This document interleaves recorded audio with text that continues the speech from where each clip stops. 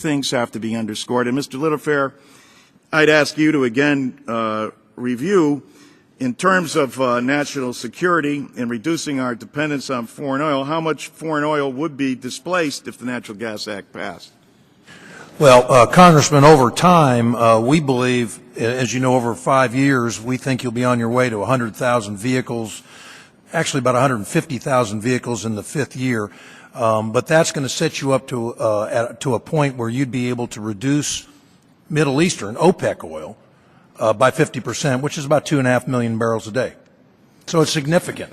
It doesn't make us, the real answer to the question earlier panel was, can we be energy independent? I don't think you can be energy independent, nobody else on that panel, but you can sure go a long way to make sure you're back at the table and reduce your dependence. And so reducing OPEC by 50% is a hell of a first step. And the other aspect of this, with 14 million Americans unemployed, the jobs here that you discussed, what are the jobs that you see immediately available, and then long term? I like all the panelists. Sure, the ones that I have here, and I have them right in front of me, Congressman, direct jobs. And I know our company is building things right now. We're spending millions and millions of dollars, and we're hiring people. In the 5 years, you get 100,000 direct jobs.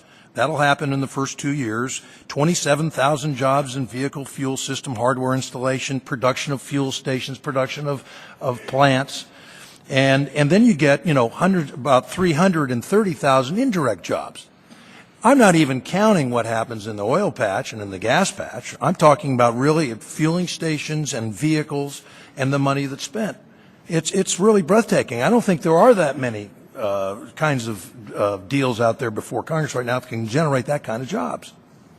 And is there any other source of energy that can get us there? No, and that's the other thing. I sit here and I get a little frustrated because I want there to be cheap gas for chemicals, and I want cheap gas for a fertilizer plant.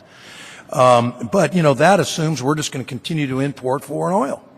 And we kind of act like that's fine. Let the market worry about that. 63% of our foreign oil every day is being imported, or our oil is being imported every day, and 70% of that goes to transportation.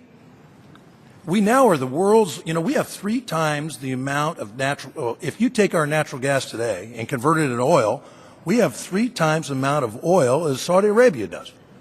And here we're not doing anything about it. We're going to talk about exporting our natural gas. Now, wouldn't that be something? Export our natural gas and import more oil.